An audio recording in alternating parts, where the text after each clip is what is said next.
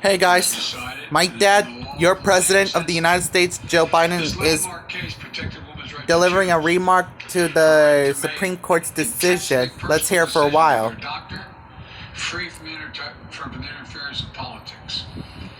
It reaffirmed basic principles of equality, that women have the power to control their own destiny, and it reinforced a fundamental right of privacy, a right of each of us to choose how to live our lives. Now, with Roe gone, let's be very clear. The health and life of women in this nation are now at risk. As chairman and ranking member of the Senate Judiciary Committee, as vice president and now as president of the United States, I've studied this case carefully. I've overseen more Supreme Court confirmations than anyone today, where this case was always discussed. I believe Roe v. Wade was the correct decision as a matter of constitutional law and application of the fundamental right to privacy and liberty in matters of family and personal autonomy.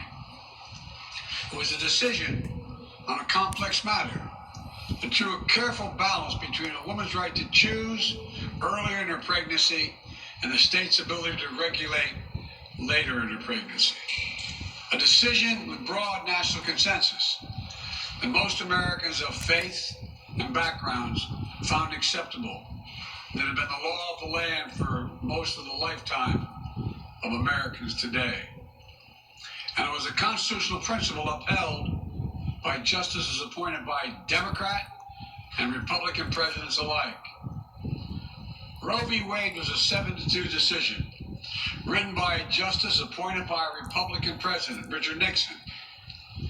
In the 5 decades that followed Roe v. Wade, justices appointed by Republican presidents from Eisenhower, Nixon, and Reagan, George W. Bush, were among the justices who voted to uphold the principles set forth in Roe v. Wade.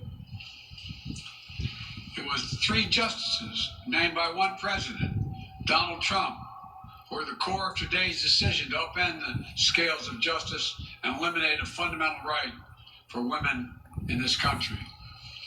Make no mistake, this decision is a culmination of a deliberate effort over decades to upset the balance of our law. It's a realization of an extreme ideology and a tragic error by the Supreme Court, in my view. The court has done what it has never done before, expressly take away a constitutional right that is so fundamental to so many Americans that had already been recognized. The court's decision to do so will have real and immediate consequences. State laws banning abortion are automatically taking effect today, jeopardizing the health of millions of women, some without exceptions. So extreme that women could be punished for protecting their health. So extreme that women and girls were forced to bear their rapist's child. With the child, a consequence.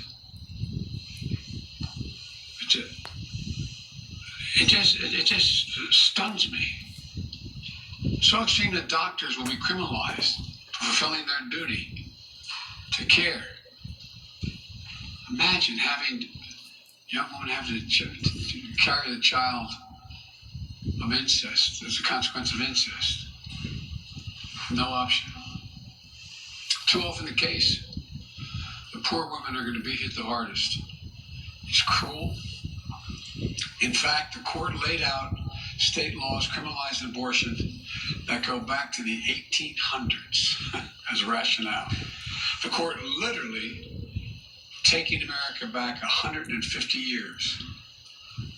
This is a sad day for the country, in my view. But it doesn't mean the fight's over. Terrible. Let me be very clear and unambiguous. The only way we can secure a woman's right to choose the balance that existed is for Congress to restore the protections of Roe v. Wade as federal law. No executive action from the president can do that. Never. And if Congress, as it appears, lacks the votes to do that now, voters need to make their voices heard. This fall, You must elect more senators and representatives who will codify women's right to choose into federal law once again. Elect more state leaders to protect this right at the local level. We need to restore the protections of Roe as law of the land. We need to elect officials who will do that. This fall, Roe is on the ballot. Personal freedoms are on the ballot. The right to privacy, liberty, equality, they're all on the ballot.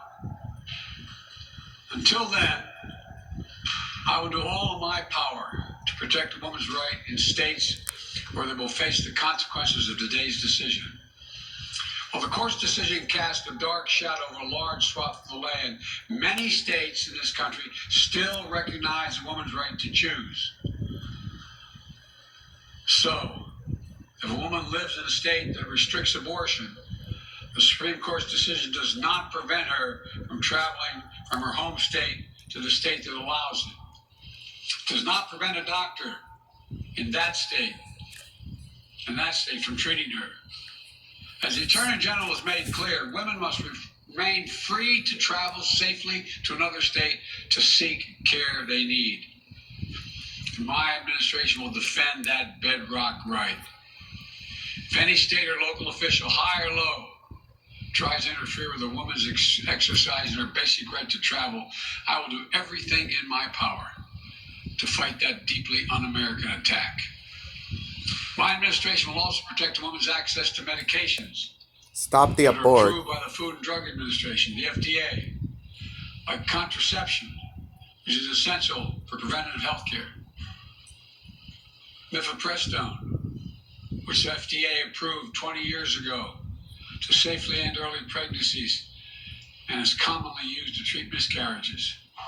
Some states are saying that they'll try to ban or severely restrict access to these medications. But extremist governors and state legislators are looking to block the mail or search a person's medicine cabinet or control a woman's actions by tracking data on her apps she uses are wrong and extreme and out of touch with the majority of Americans.